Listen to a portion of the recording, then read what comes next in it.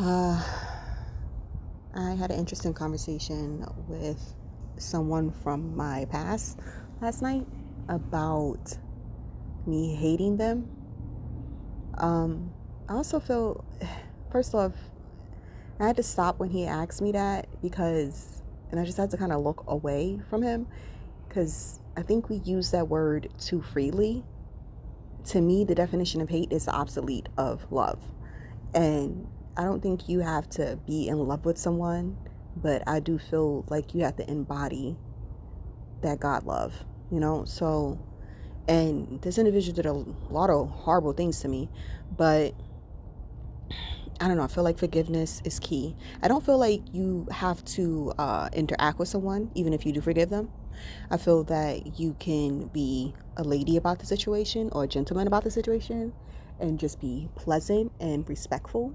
But I do feel that you do not have to offer up your energy to someone that is not deserving of it. I feel like that's what God said about us separating ourselves from them, come out from amongst them. Because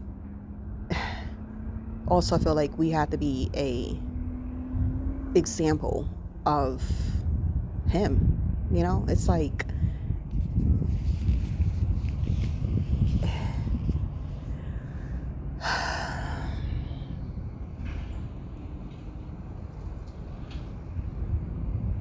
it's like if your children are coming to work or take your kids to work day. I don't know if they still do that, but or if your mom takes you out or your parent, guardian, whomever takes you out to lunch and you're still underage. Like my mother used to have us.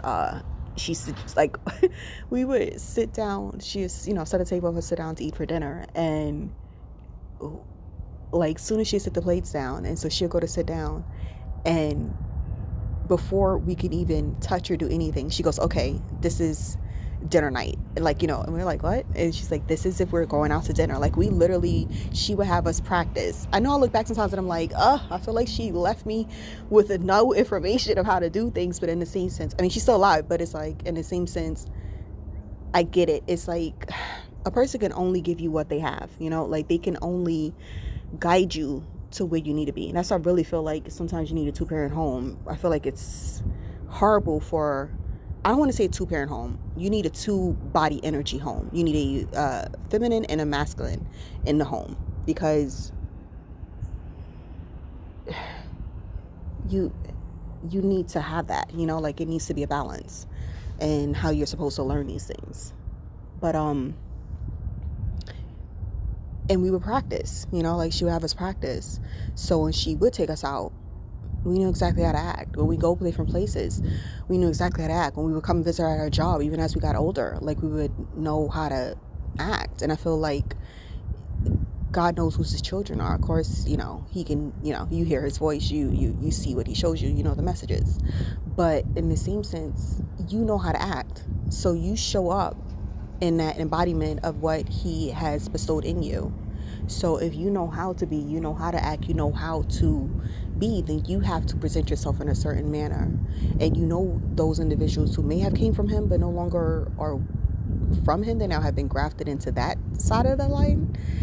The light is still, you can see like it's still dwindling in them, but of course it's almost like gone. I feel like God places you in predicaments and situations in order for you to be a testament to these individuals, in order for these individuals to learn these things, in order for them to be able to see that they can turn themselves around, like they don't have to continue to stay in this space of the devil's cage. Like sometimes, and I'm like, why did I go through these things? Why am I in these environments? It's because he needs you to be a testament. He needs you to be an example. He needs you to show them that there is another option and there's always another opportunity. So when this individual decided to think that I hated them, it's insane. Because how can you hate someone when you come from love?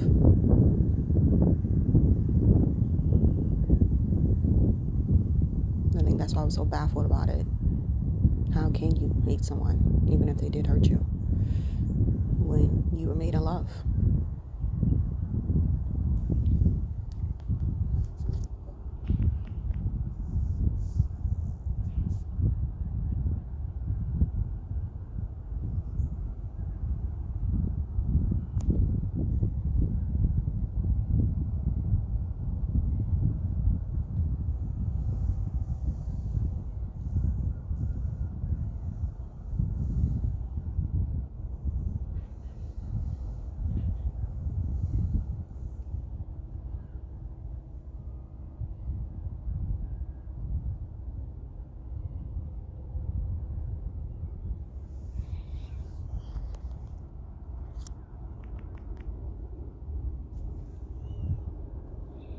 So there is a need to want to understand that forgiveness does not mean that you have to go back like a dog returns to its own vomit.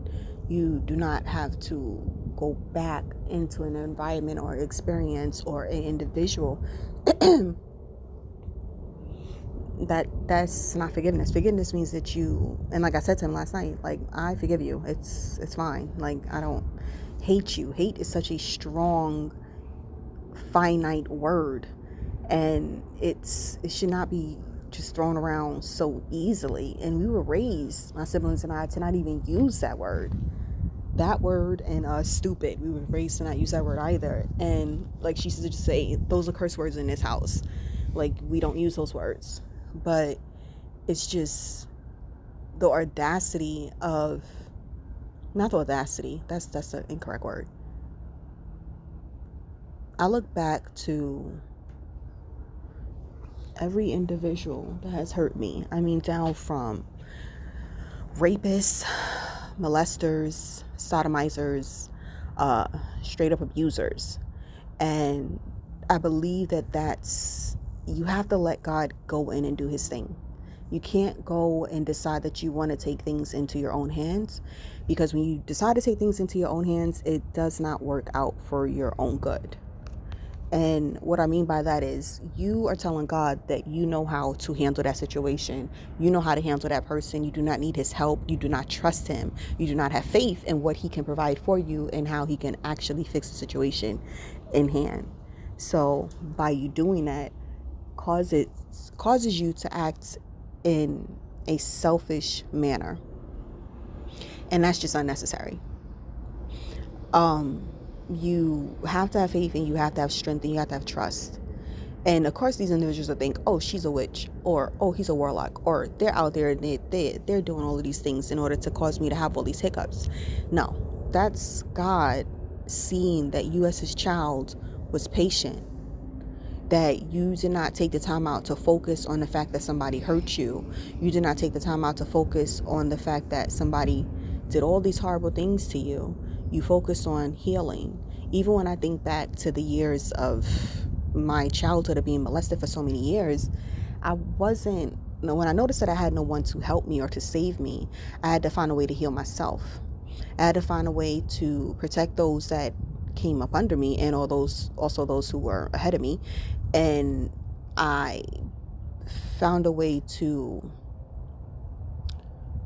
strengthen up myself, accept what was happening, and knew that eventually it will stop eventually.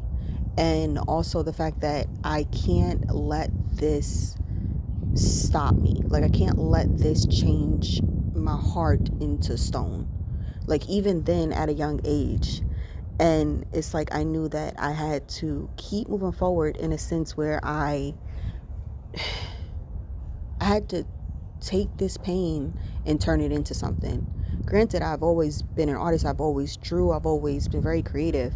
So me plunging into my creative endeavors and really going forth with all of that really was very helpful. But in the same sense, to deal with the pain when you're in the thick of it as a child, it's difficult, and no one cares that it's happening to you, which is such an odd thing, that so many families are so quick to turn a blind eye to abuse, as if like that's the normalcy because this person's an elder, or because this person is a provider. So we just decide, okay, fine. Or because it happened to that parent, or it happened to that individual, that relative, it's just like a normal thing in the neighborhood, a normal thing in the household, and it's just not.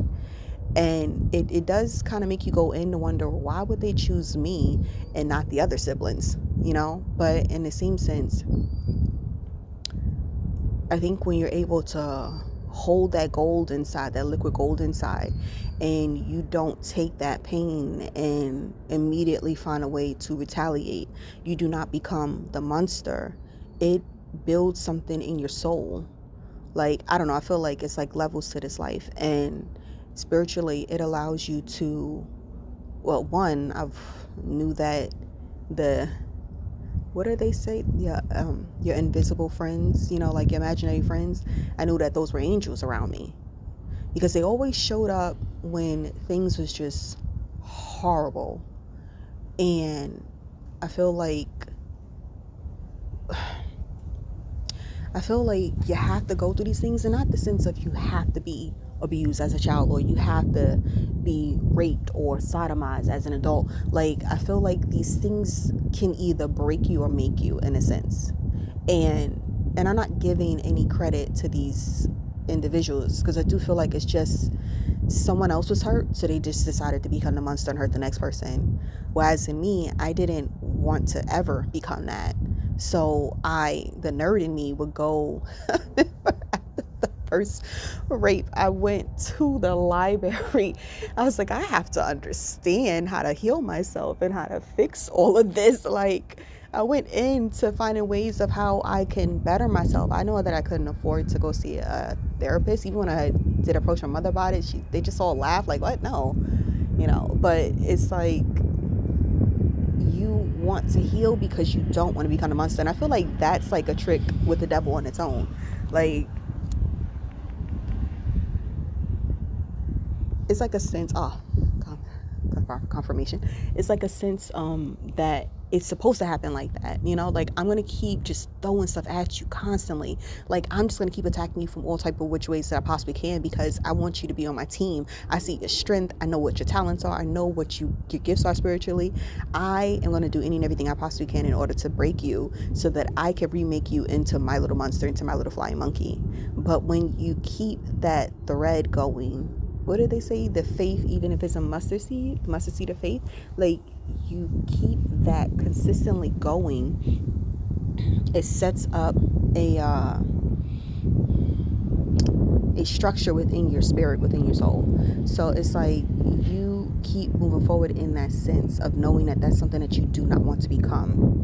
And you keep that pipeline going where you and the Father is consistently not playing. Like, you keep that open of channel of connection with the Father, because you do not want to become that. So when you look at life and you're like, but I'm being hurt now, I'm being tested now, I'm being hurt now, I'm being tested now, I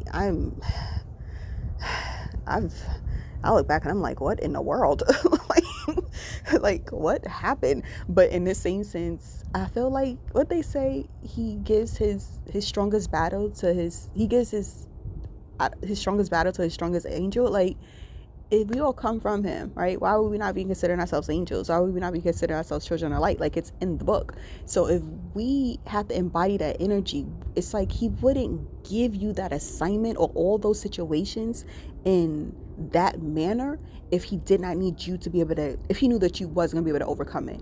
Like, he needs you to have that strength in order for you to be able to continue to move forward, so that you can be able to do his work when it comes to protecting those who are in the same situation. It's like, how can I lead the sheep if I don't know what it's like to be a sheep myself?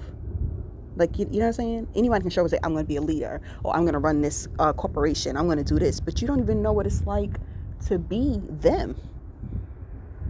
Like, you don't, like, even when they say, like, when there's a war, who goes in first? The Marines. And you're like, well, why not the Army, or why not this? Because the Marines are supposed to be the toughest ones. Like, they're the most craziest ones, so of course they're going in first. Like, they not playing. So it just it just makes so much sense.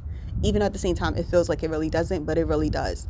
The pain, of course, is difficult and unbearable. And like I stated before, don't ever I'm gonna have to do a part 2. Don't ever allow yourself to leave your vessel, because your vessel is yours. Like, I gifted you this dope, amazing vessel.